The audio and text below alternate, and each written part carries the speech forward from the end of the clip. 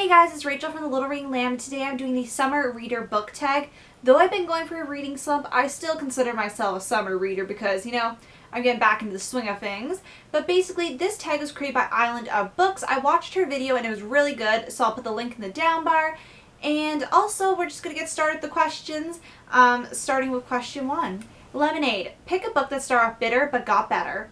Also, side note, I'm reading these off my phone, so if I'm looking down, that's what I'm looking at. I don't know if it's in frame. A book that started off bitter but got better would be Outlander by Diana Gabaldon. So basically this book, the first 100 or so pages were quite slow and I was like, really? This is the hype? But as soon as you get reading more and more into the book, it gets even better and it becomes more of an adventure. And it just picks up so much more after the first 100 or so pages. So if you're discouraged, definitely keep reading because it does get better, but it did have a bitter start. Golden Sun. Pick a book that made you smile beyond compare. A book that made me smile beyond compare was My Life Next Door by Huntley Fitzpatrick. Now, this book was just so cutesy and made me smile, so that's why I picked Tropical Flowers. Pick a book set in a foreign country. A book set in a foreign country, I picked Anne and the French Kiss by Stephanie Perkins, and it does go to France, so that's why I picked it. And this is just a really good book, so that's the other reason I picked it. Tree Shade. Pick a book in which a mysterious or shady character was first introduced. Now, for this answer, I hope I get an A+. A from the Pretty Little Liars series by Sarah Shepard. A is quite a shady character, and once A is introduced, just shady throughout the whole book, really.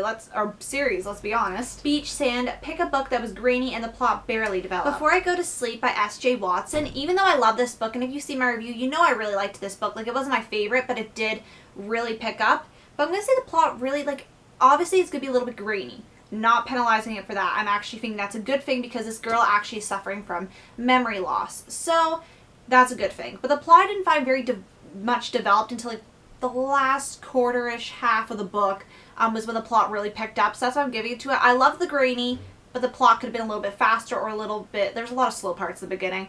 So it's meh. It's I think I gave it a 3 or something. So I did like the graininess. Not that the plot barely progressed and it really picked up in the end, and you wanted to know more after you finished it because all the revelations had come and you don't know what the people thought.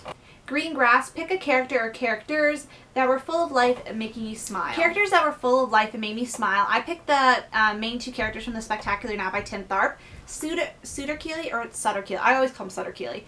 He is the main character and he is full of life. He loves living his life to the last moment. Obviously he has some other issues going on, but he really loves living in the moment and stuff. And even though he does stuff like substance abuse and stuff like that, stuff that I don't really typically agree with considering it's illegal for him. But he just likes to live life to the fullest, and he's kind of a very alive character. You get that kind of from his philosophical inquiries kind of thing. And he makes Amy come kind of to life because she's very regimented, and he kind of gets her into the scene. Not that I agree with what they're doing, but they definitely are full of life, and they definitely made me smile. Watermelon. Pick a book that had some juicy secrets. A book that had some juicy secrets. I picked Jurassic Park by Michael Crichton because what's more secret than a dinosaur park on an island where basically the lawyers and all that don't even know that there's real dinosaurs there. They just think it's an exhibit. That is a giant, giant, giant secret. Mostly because of dinosaurs.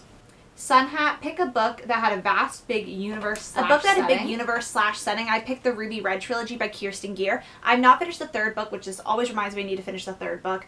But this girl is a time traveler, so she goes back in time, so her universe is quite big. So that is why I'm picking it, because there's infinite possibilities.